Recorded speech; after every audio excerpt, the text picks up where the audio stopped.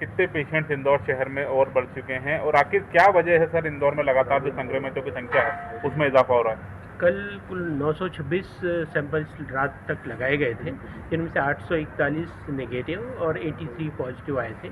उन्हें मिलाकर टोटल 2933 अपने पॉजिटिव केसेस हो गए हैं। जहाँ तक आप जो बात कर रहे हैं केसेस बढ़ते जा रहे हैं या निकलते जा रहे हैं, उसका कारण ये है कि हमारा सर्वे सघन सर्वे हम लोग कर रहे हैं। एक एक घर में जाकर लोगों को देख रहे हैं कि कहाँ कहाँ संक्रमण है अथवा उनको कोई लक्षण है। जो मैं शुरू से कहता आया हूँ कि जो भी हमारे पेशेंट्स रहते हैं, जो पुराने पेशेंट्स रहते हैं, इनकी कॉन्टैक्ट ट्रेसिंग बहुत महत्वपूर्ण अंग होता है किसी भी ऐसे इस तरह के संक्रमण में पता करने का कि संक्रमण की क्या स्थिति है किसी क्षेत्र में। तो कॉन्टैक्ट ट्रेसिंग के माध्यम से हम प्राइमरी क्षेत्र किसी प्राइमरी कॉन्टैक्ट के बाद उसके सेकेंडरी कॉन्टैक्ट को उनको लगातार हम ट्रेस करते जा रहे हैं। और इसके बाद ऐसे क्षेत्रों में भी जो बफर जोन के बाद का क्षेत्र है वहाँ भी हमने लोगों की टेस्टिंग की है और वहाँ भी पॉजिटिव पाए गए हैं। कुछ ऐसे क्षेत्र नए क्षेत्र में भी निकल कर आए हैं जो कि हमें पॉजिटिव मिले हैं।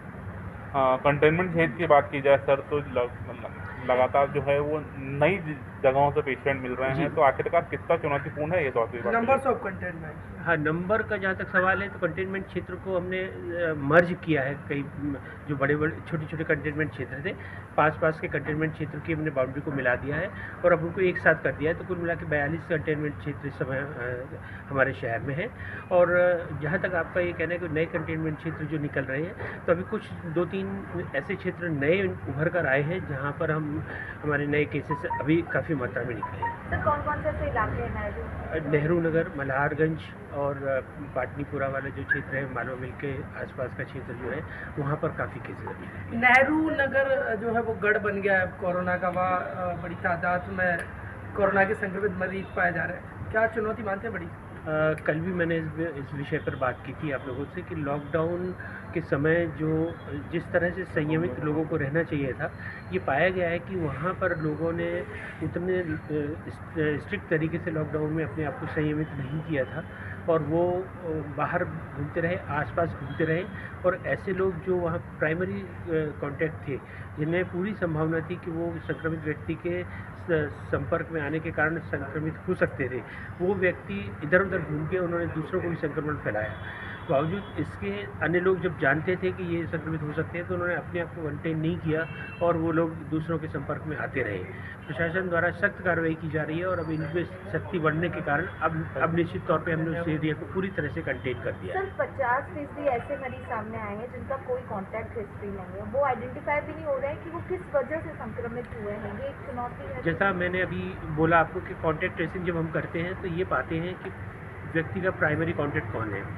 जो ये बोल रहा है कि उनकी कॉन्टैक्ट हिस्ट्री नहीं है, अब मैं आपको उदाहरण के तौर पे समझाता हूँ। मान लीजिए मैं एक व्यक्ति हूँ जो संक्रमित था, मेरे से एक व्यक्ति ए मिला, वो बी से मिला तो बी संक्रमित हो गया। अब बी मुझसे जब सी मिला तो सी चूँकि मुझसे डायरेक्ट नहीं मिला है मगर वो बी के कांटेक्ट में आया और संक्रमित हो गया, तो उसको ये लगता है कि वो तो मुझसे मिला नहीं तो कैसे संक्रमित हो गया, परंतु बी से तो मिला था वो।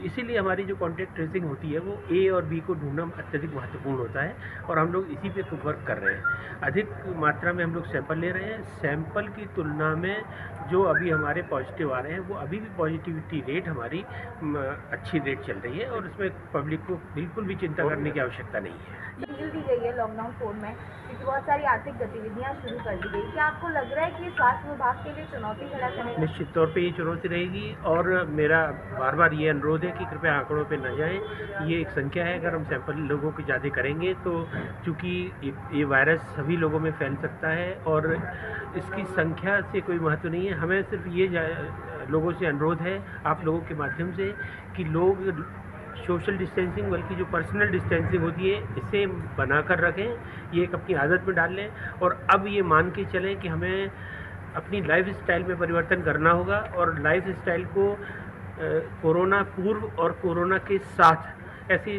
2 भागों में बांटना पड़ेगा। अभी तक हम जो ज़िंदगी जी रहे थे वो एक अलग भाग था, अब आगे की जो ज़िंदगी हम जिएंगे उसे सोशल और पर्सनल डिस्टेंसिंग के साथ में और पर्सनल हाइजीन के साथ में इस तरह से कुछ सावधानियां बरतते हुए हमें आगे बढ़ना पड़ेगा, तभी हम कोरोना के साथ में रह पाएंगे। एक बात निकल कर सामने आ रही है कि कोरोना में अंडे खाओ तो प्रोटीन मिलता है, ये स्वास्थ्य विभाग कितना इससे? देखिए, मैं किसी विशेष खाद्य पदार्थ पे तो जोर नहीं दूंगा, लेकिन ये बात तय है कि आप अच्छा पौष्टिक भोजन लेंगे तो ये आपके लिए बेहतर होगा, आपकी इम्यूनिटी बढ़ाएगा। लेकिन ये सभी चीज़ें तात्कालिक लाभ के लिए नहीं होती हैं, ये दूरगामी लाभ के लिए होती हैं। और हमेशा ही आपको पौष्टिक भोजन खाना चाहिए, किसी विशेष चीज़ के लिए मैं कभी जोर नहीं देता।